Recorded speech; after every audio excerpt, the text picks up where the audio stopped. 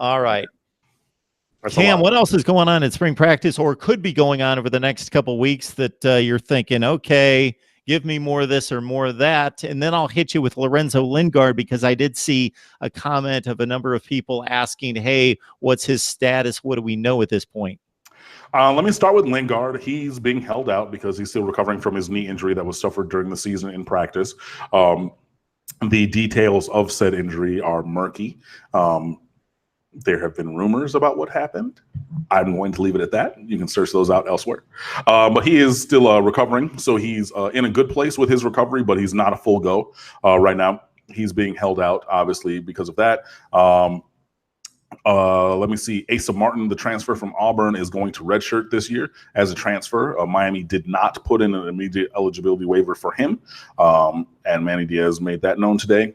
Also, Zach McLeod is being held out because of a wrist-hand injury issue. Excuse me.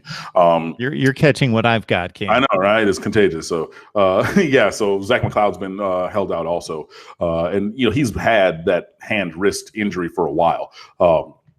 So it keeps kind of flaring up and things like that. So he's being held out of contact right now for that. And obviously, if you watch the games, you'll see him have his hand and wrist wrapped.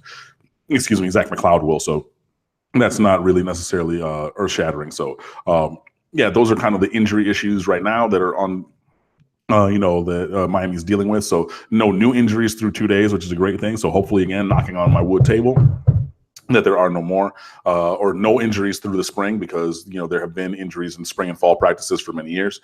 The thing for me, and I wrote this up with the 5 things that I'm looking forward to watch during spring practice. Number one is just the quarterbacks. It's a huge deal.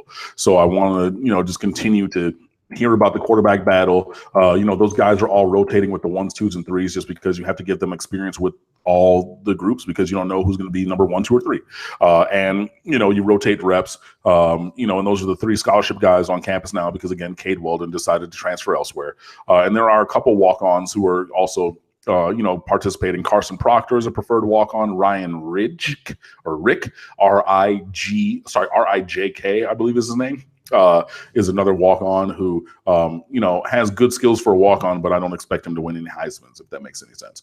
So there is some depth there. So I definitely want to see and hear about that and how the guys are progressing. So, hey, what is... if N'Kosi Perry wasn't able to throw the crossing routes on mesh today, next week, is he hitting them? Or is he hitting them on Friday's practice? Things like that moving forward. Number 2 is offensive line. And there are some people who would say offensive line is number 1 because you have to be able to block, to be able to run, to be able to pass, to be able to do anything on offense. So, yeah, it's been interesting because the lineup on offensive line has not been what we necessarily thought it would be early on the spring. So, you took the right side guys from last year, DeLon Scaife, put him at left tackle. Then you put number 55, Navon Donaldson, flip him from right guard to left guard. Corey Gaynor at center, and then Zalante Hillary, who was DJ Dallas's high school teammate in Brunswick, Georgia, working at right guard. And then John Campbell from Orlando, Dr. Phillips, working at right tackle. And that's not necessarily what we thought, because Tommy Kennedy is a grad transfer from Butler. He played left tackle for almost 40 games of his college career. You think he's going to come in and probably play left tackle, but he's working in the second team, not first team. So, yeah, that's been an interesting kind of a thing. So I'm definitely going to be following that, because the guys who are here on offensive line are the guys who are going to be here. So you're not going to get a real influx in the, summer of a 5-star Evan Neal from IMG Academy or something, 6'8", 370. You're not going to get a guy like that who's a first-round draft pick in a few years just to pop up on the roster. So the guys who are there now are the ones who we're going to need to see development from. So following that pretty closely. What's going to happen in the secondary, obviously, you had the number 1 pass defense in America last year, and then you graduate 3 starters from that unit. You have Michael Jackson, Jaquan Johnson, and Sheldrick Redwine all moving on to the NFL. And, the only guy who's back starting is Trajan Bandy. So you have spots open for grabs. So, DJ Ivy and Al Blaze Jr. battling for the number 2 cornerback and nickel spots. Maybe in the summer to Corey Couch and Christian Williams. They come in and they push for playing time. Amari Carter and Garvin Hall at safety, are pushing for playing time. Obviously, the first couple of days has been Robert Knowles. To the consternation of many Canes fans, has been in the first team secondary or safety next to Amari Carter. But that's based on the workouts, and he is very physically built, so I'm not going to put that past him or anything. But we've seen Robert Knowles, so again, when Bubba Bolden gets here after he graduates from junior college or community college, you're going to have 3 NFL players in Gervin Hall, Amari Carter, and Bubba Bolden. Make that happen. But I want to see how that actually works. Obviously, going through the spring. And then the last 2 things. Number 1, I already said no injuries. And number 2, just how this program continues to move forward. Everybody's talking about the new Miami. Every coach, every player, the new Miami. And the media who've been at practice have been good about asking everybody, yo, define that for me. Because everybody's saying it. What does it mean? And everybody's given their definitions, just of the energy and the level of preparation and really a connection to the past where you have, former greats, Michael Irvin showed up at the first practice. You know what I mean? I mean, among others, Greg Olson was there. I forget all the names that I saw, but I mean, just a bunch of guys just showing up to practice because, Al Golden shunned everybody, all the former Canes. But now Manny Diaz is like, he's from Miami. Like, he's a Miami native. And he's coaching in Miami. So y'all come back. This program was built on the backs of these guys. This is their program. They have ownership in what has been built, So yeah, come back and do all those kind of things. So yeah, just really seeing how that continues to develop and move forward with the new Miami kind of a thing. So that's really what I'm looking for in spring practice. And yeah, there's going to be a couple open scrimmages on March the 13th at Traz Powell Stadium in North Miami.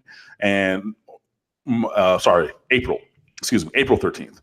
And then April 20th in Orlando at Camping World Stadium.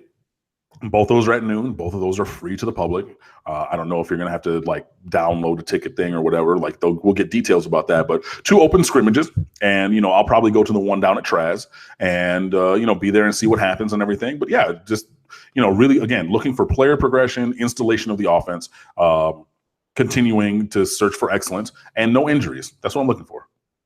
Back to the Al Golden approach. I always would think about sometimes you know that obviously there are people out there who do the right thing out of the goodness or kindness of their heart, the way they were raised. They just want to do the right thing and give to people and be generous or be kind. There are other people who do it for business reasons or to be liked.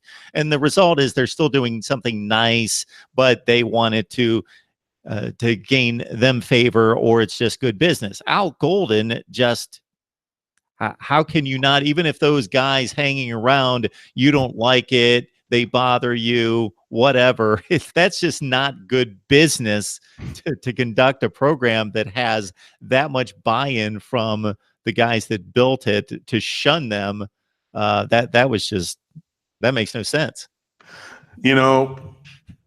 Al Golden was, there's a season to everything. And Al Golden was the guy I think that Miami needed at that time. He kind of was a palate cleanser. He, got Miami through the NCAA stuff, and you're going to run a tight ship and not get caught up on more sanctions and allegations because you're already on probation. You're already, in the eye of, everybody. I don't necessarily like some of the things that he did. Obviously, shunning the players from the program and, the former players, that is. And, some of the things, obviously, you lose a bunch of recruiting. I mean, he won a couple of recruiting battles. Remember, he was the coach when Tracy Howard decided to go to Miami. Tracy Howard, who's a 5-star, top 15, top 20 player in America as a senior. And it's no secret. I used to work at Miramar High School, and I, started my blogging career blogging about Miramar sports. And every week I wrote my blog recaps, and there was a standard part of it, which was Tracy Howard makes big plays. And that team went to the state championship game and eventually lost. But invariably, every single week, that kid made plays. He was a 5-star recruit, and Al Golden won that recruiting battle. You know what I mean? So, it wasn't all bad, but there was enough bad that, yeah, it was time for him to go and everything. And again, some of the ways that he chose to do things, I wouldn't have, but, we're different people. LJ writes, Cam, what about Derek Smith? Was a pleasant surprise his freshman year, but seems like his versatility is hurting him because they keep switching positions on him. He should be the 4th safety in the rotation. Yeah, he should be 4th or 5th. Derek Smith is back at safety. So that was the move this year. So Derek Smith is big. So, and he hits. Even if you look back to his highlight tape coming out of Jacksonville Trinity Christian Academy. He was very physical in that secondary. Like, he hit a dude in the state championship game that would have 100% been targeting in college. But, you know, so you can think of the violence of that kind of a hit, but to break up a very important pass late in that game. So, yeah, he has bounced back and forth between safety and striker, but I think that he's going to find his home at safety because, yeah, he was a fish out of water at striker last year by all accounts.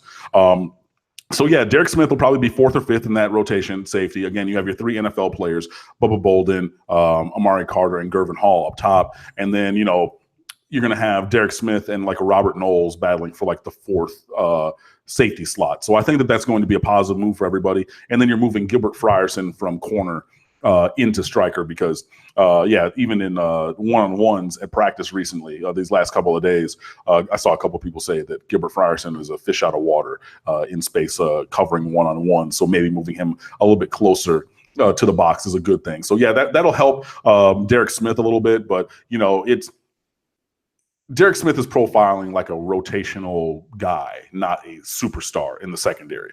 So he's more of a depth player than a standout. But that's fine because you need depth players. But yeah, I think moving back to safety is a good idea, and I think that you're right on with that.